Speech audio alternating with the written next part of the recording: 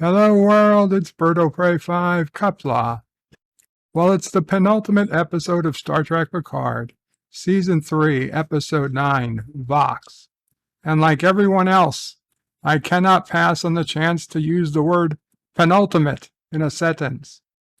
This week was easily my favorite episode so far, though there was no shortage of nitpicks, including some doozies.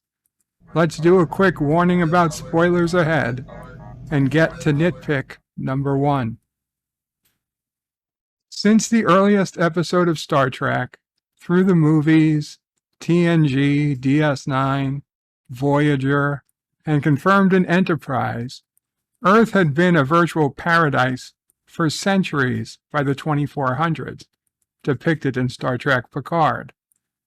Early in Deep Space Nine, Commander Sisko reminded us of this. On Earth, there is no poverty, no crime, no war. You look out the window of Starfleet headquarters and you see paradise. In our real history, President Reagan made one of his more famous speeches to the United Nations. Perhaps we need some outside universal threat to make us recognize this common bound. I occasionally think how quickly our differences worldwide would vanish if we were facing an alien threat from outside this world. And in Star Trek First Contact, which took place in 2063, Deanna Troi explains to Zephyrin Cochrane, "It unites humanity in a way that no one ever thought possible when they realize they're not alone in the universe. Poverty, disease, war, they'll all be gone within the next 50 years. basically proving Ronald Reagan correct. It's not a trivial part of Star Trek. It's one of the most basic tenets. Without it, Star Trek is no longer a utopia that needs protection from time to time from galactic threats, but instead just another drama where peace and understanding remain elusive, even on Earth. So when Jack confesses to us, Funny. I've always known the world was imperfect. Broken systems, wars, suffering, violence, poverty, bigotry. And I always thought if people could only see each other, hear each other, speak in one voice, act in one mind together. even though he has admiral goals, the fact Picard sits there and doesn't correct him, he doesn't say, Earth doesn't have poverty, war, bigotry, and the rest. What are we supposed to believe? Star Trek that hasn't eliminated these problems yet is simply not Star Trek at all. Number 2. When Picard needs some good news, Data tells him the following. Captain? Data, were you able to track the shuttle? We've been scanning, sir, but I'm afraid we found nothing. I believe Jack is jamming the transponder. This annoyed me, even in my initial reaction. After 7 years of TNG and 21 years in total, if you add DS9 and Voyager, I'd guess ships were tracked at least 100 times over the years, and I can't think of a single time when turning off a transponder was all that was needed to prevent tracking. Almost every time, sensors were able to pick up ion gas emissions, warp signatures, tachyon particles, or the like to figure out at least a hint of where somebody was going. It's just so stupid that a more advanced ship, Data, who might be one of the smartest beings in the galaxy, can't track a standard shuttle. It's even more upsetting now that I know where the shuttle actually went. I won't spoil it here for you, but check the trailer for episode 10. It's been leaked. Number 3. 250 years ago today, the Enterprise NX-01, the first Warp 5 capable vessel to be constructed by human hands, made its maiden voyage. With it, a crew of 83 souls embarked on a journey, one of bravery, perseverance, and sacrifice, that would lead to the birth of what we know today as Starfleet.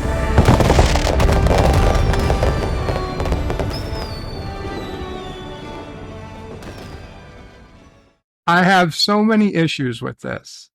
It's a beautiful shot of the Enterprise F leaving space dock with the fireworks and Admiral Shelby giving her Frontier Day speech. But, number one, how many people know the Enterprise F is being decommissioned? If I was a casual watcher, I think the F was coming to lead the fleet. I suppose it doesn't really matter, though. But I also wonder, how long was Shelby's speech? Since she began speaking before Sidney LaForge said they were less than an hour away from Earth.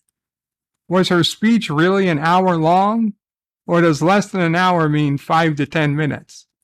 I mean, 10 minutes is technically less than an hour.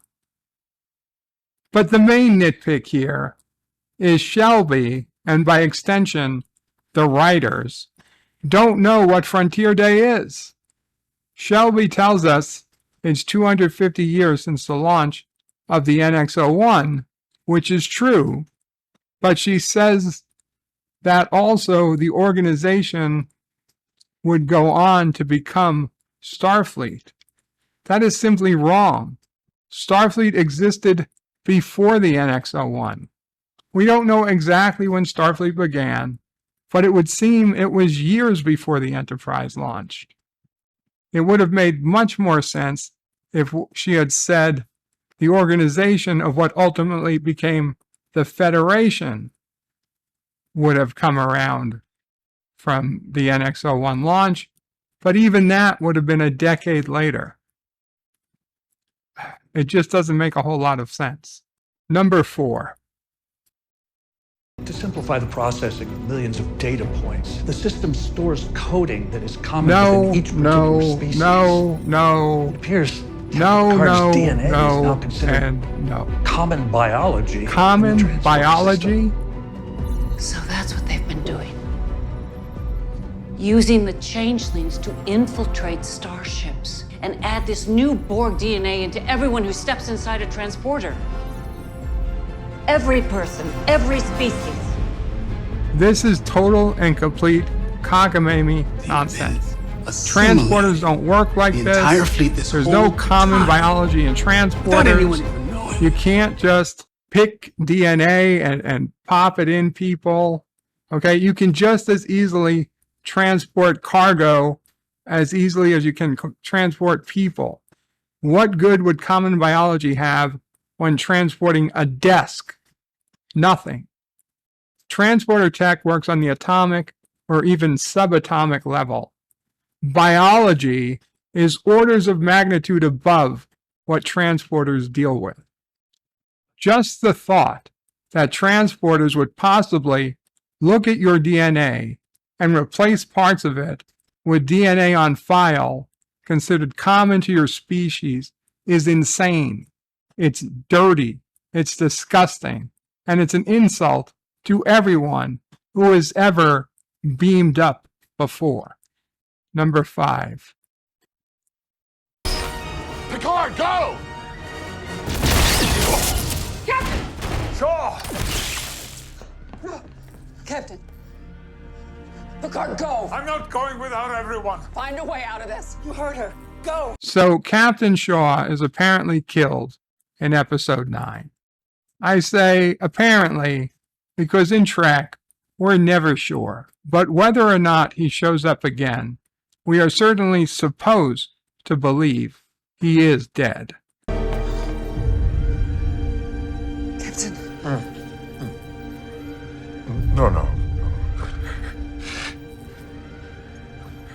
It's not my ship anymore. You have the con. 709. While I understand why they wanted to redeem Shaw by finally referring to Seven by the name she prefers, the truth is Captain Shaw needed no redemption. He was in the right all along. Even back in the first episode of the season, I pointed out if Seven wanted to go by Seven, she could legally have changed her name. Why Seven prefers her Borg designation to her human name decades after being deborgified is a mystery at best and a serious psychological red flag at worst. But most of all, Captain Shaw deserved to die how he lived. Had his final words been, "The ship is yours, Commander Hansen," with a slight smirk, it would have been a wonderful and memorable goodbye, and Seven should have smiled back, accepting that Shaw died, being the stubborn asshole in death he chose to be in life. Rest in peace, Captain Shaw. We hardly knew you.